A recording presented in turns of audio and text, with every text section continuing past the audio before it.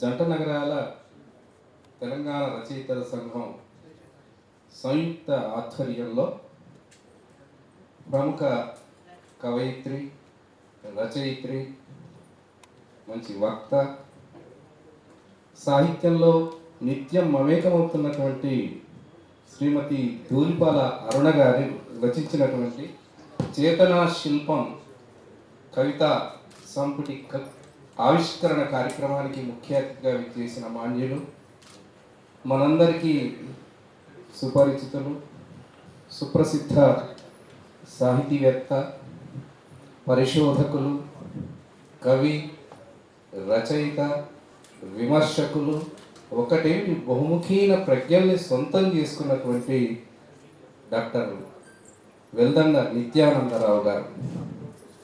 వారి పేరులోనే ఎంతో మనకు ఆనందం కనిపిస్తుంది. అందరినీ ఆనందంగా ఉంచేటువంటి గొప్ప వ్యక్తిత్వాన్ని పుణికిపుచ్చుకున్నటువంటి వారు నిత్యానందరావు గారు. వారు నేను కలిసి మన రాష్ట్రంలో, ఇతర రాష్ట్రాల్లో కూడా యూనివర్సిటీస్లో కార్యక్రమాల్లో పాల్గొన్నాం. చాలా సౌమ్యులు, ఎంత ఎదిగినా ఒదిగి ఉండేటువంటి ఒక గొప్ప మనస్తత్వాన్ని సొంతం చేసుకున్నటువంటి పెద్దలు డాక్టర్ నిత్యానందరావు గారు. విశేషం ఏమిటి అంటే ఆయన వెలువరించినటువంటి గ్రంథాలు, ఆయన సాహితీ క్షేత్రంలో చేసినటువంటి సేవ గురించే గంటసేపు ఇంకా పైగా మాట్లాడుకోవచ్చు, కానీ ఔచిత్యం కాదు.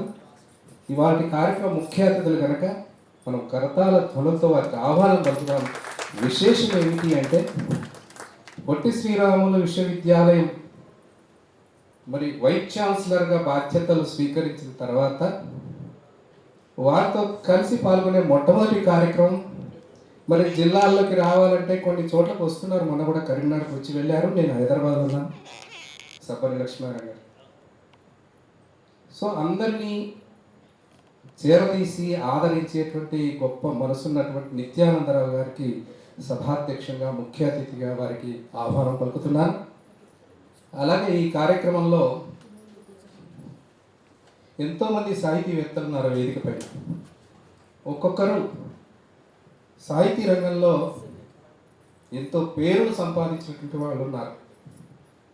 దీంట్లో మనం చూసినప్పుడు ఇవాళ డాక్టర్ ఎస్ రఘు గారు, డాక్టర్ ఎస్ రఘు గారు మరి కవిగా, ప్రముఖ కవిగా, రచయితగా, విమర్శకునిగా, పరిశోధకునిగా, కేంద్ర సాహిత్య అకాడమీ సభ్యునిగా మాత్రమే కాకుండా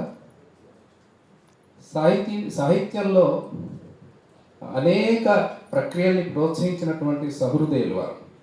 ముఖ్యంగా గోపి గారికి సన్నిహితంగా ఉండి నేను వారు నాణీల ప్రక్రియని ఆరంభంలో, దశాబ్దోత్సవాల వరకు కూడా ఆరంభంలో తీసుకుపోవడంలో మమ్మల్ని వెన్నంటి ఉండి నడిపించిన మిత్రులు డాక్టర్ ఎస్ రఘు గారు. ఆయన నేను కలిసి కూడా మరి కథానిలయంకి వెళ్ళాం, చాలా చోట్ల వెళ్ళాం, చాలా అనుకున్నాం, అవన్నీ పెండింగ్ ఉన్నాయి. వాళ్ళొక కార్యక్రమం నెరవేరుతుందని చెప్పి నేను ఆశిస్తూ ఉన్నాను. డాక్టర్ ఎస్ రఘు గారు ఇవాళ ఆయన రచించినటువంటి పుస్తకాలే కాకుండా, నాణీల గ్రంథాలే కాకుండా, ఇతర వచన కవిత్వానికి సంబంధించినవి కాకుండా పరిశోధకులుగా, ముఖ్యంగా మనం ఏ పుస్తకం తిరిగేసినా రఘు గారి పీఠిక కనిపిస్తుంది. ఏనుగు నరసింహారెడ్డి గారు, రఘు గారు పీఠికలు, ముందు మాటలు, ఫోర్వర్డ్స్ ఇవన్నీ కూడా రాసేటువంటి, కానీ చాలా ఆ స్థానంలో ఇంకొకళ్ళు ఎవరైనా ఉంటే ఎంతో ప్రదర్శించుకునేవారు. ప్రదర్శన కానీ, ప్రచార ఆర్భాటం కానీ లేని మిత్రుడు మా ఎస్ రఘు గారు.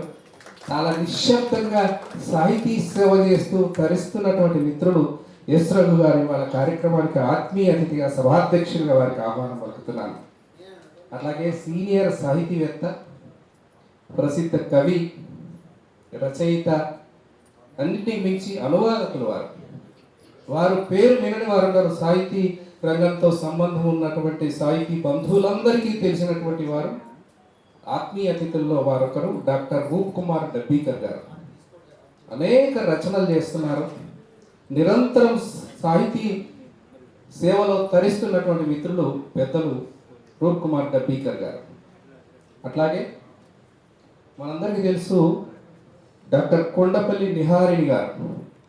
మరి వారు ప్రముఖ కవయిత్రి, రచయిత్రి, మయూఖ సంబంధించిన అంతర్జాల పత్రికకు సంపాదకురాలు, అనేక మంది సాహితీవేత్తల్ని తమ పత్రిక ద్వారా ముఖాముఖి పెట్టి అందరికి పరిచయం చేసినటువంటి గొప్ప గుణమున్నటువంటి సోదరిమణి నిహారిణి గారు.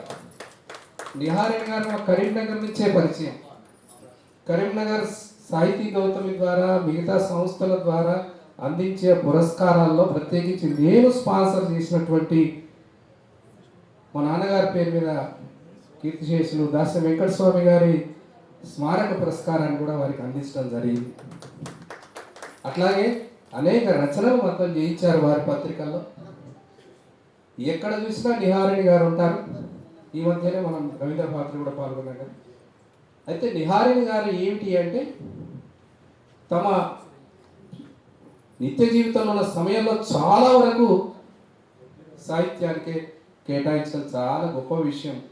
నిజంగా మహిళల్లో అంటే మహిళల గురించినటువంటి ఆలోచనే కాకుండా సాహితీకారులందరినీ కూడా వెన్నుతట్టు చేస్తున్నారు. ఆ ఇంటర్వ్యూలో ఎక్కువ అవకాశం ఇచ్చింది మన ధూళిపాల అరుణ గారికి.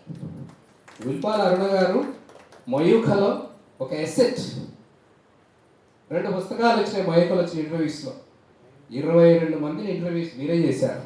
మొదటి పుస్తకంలో ఒక 2 ఇంటర్వ్యూస్ ఉన్నాయి. రెండవ పుస్తకంలో మిగతా ఇంటర్వ్యూస్ అన్ని స్పెషల్గా నిహారిణి గారు ఎంతో ఆ సోదరిపై ప్రేమ చూపి ఆత్మీయంగా ఓ పుస్తకాన్ని వెలువరింపజేశారు. అంటే ఎంత సాహితీ సేవ చేస్తున్నారో మనం అర్థం చేసుకోవచ్చు. తన పత్రికలో అంటే అంతర్జాల పత్రిక అయినప్పటికీ ఇవాళ విశేషమైనటువంటి ఆదరణతో నడుస్తున్నటువంటి పత్రిక, వారికి కూడా నేను స్వాగతం పలుకుతున్నాను. అట్లాగే మనందరం గర్వించదగ్గ మరో తెలంగాణకు సంబంధించిన ప్రముఖ కవి ఉన్నారు. తెరసం తెలంగాణ రచయితల సంఘం జంట నగరాల శాఖ అధ్యక్షులు. వారి ఎన్నిక జరిగినప్పుడు ఎలక్షన్ ఆఫీసర్గా నేనే ఉన్నాను. ఇక్కడ సారస్వత పరిషత్తులో జరిగినట్టు చాలా సైలెంట్గా చేస్తూ ఉంటారు. ఇవాళ ఆయన లోక పరిశీలన, సాహిత్య సృజన, ముఖ్యంగా కవిత్వ సృజన, శివారెడ్డి గారు, నందిని సిద్ధారెడ్డి గారు, మా కందుకూరు శ్రీరాములు గారు కవిత్వ రంగాన కవిత్వ సృజనలో అద్భుతమైనటువంటి ప్రతిభను ప్రదర్శిస్తున్నారు. వాళ్ళలో ఇవాళ అగ్రశ్యంగా నిలిచేటువంటి కవిమిత్రులు మా కందుకూరు శ్రీరాములు గారు.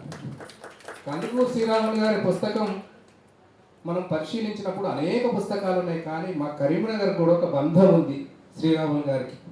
సాహితీ గౌతమ్ అనేటువంటి జిల్లా సాహితీ సంస్థల సమాఖ్య ఒకటి ఉంది కరీంనగర్లో.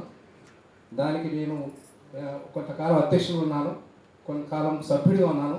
అప్పుడు ఉన్నటువంటి కాలంలోనే చాలా ప్రతిష్టాత్మకంగా ప్రతి ఏటా ఇచ్చేటువంటి సినారే కవితా పురస్కారాన్ని పొందినటువంటి వారు. సినారే కవితా పురస్కారం పొందిన వాళ్ళ అనుభవాల్లో ఒకటి మీకు చెప్పదలుచుకున్నాను. కేంద్ర సాహిత్య అకాడమీ అవార్డు కంటే మాకు ఇది గొప్పదని ప్రకటించిన సాహితీ బంధువులు ఉన్నారు. అటువంటి వాళ్ళలో కందుకూరు శ్రీరాములు. అక్కడికి ఆగారా? ఆగలేదు. రాష్ట్ర ప్రభుత్వం చేత పురస్కారాన్ని అందుకున్నారు. సో ఇంకా చెప్పాలంటే చాలా ఉంది, అంత సమయం తీసుకోను, నాకు కూడా సభ ఔచిత్యం తెలుసు. సో కందుకూరు శ్రీరాములు గారికి కూడా సభాపక్షాన నేను స్వాగతం పలుకుతున్నాను. అట్లాగే వచ్చిన వాళ్ళని మళ్ళీ వచ్చినట్టు మనం స్వాగతం పలుకుతూ మనం సభను కొనసాగించుకుందాం. ఈ సందర్భంగా మనం మొట్టమొదట పుస్తకాన్ని ఆవిష్కరించుకునే ముందు ప్రార్థనా గీతం చెప్పుకుందాం. ఈ ప్రార్థనా గీతంలో సుష్మా శర్వాణి, ఒకరు మన అరుణ గారి కూతురు, మరొకరు కోడలు. ఎంత అదృష్టం అండి! చప్పట్లు కొట్టాలి మనం. రండి.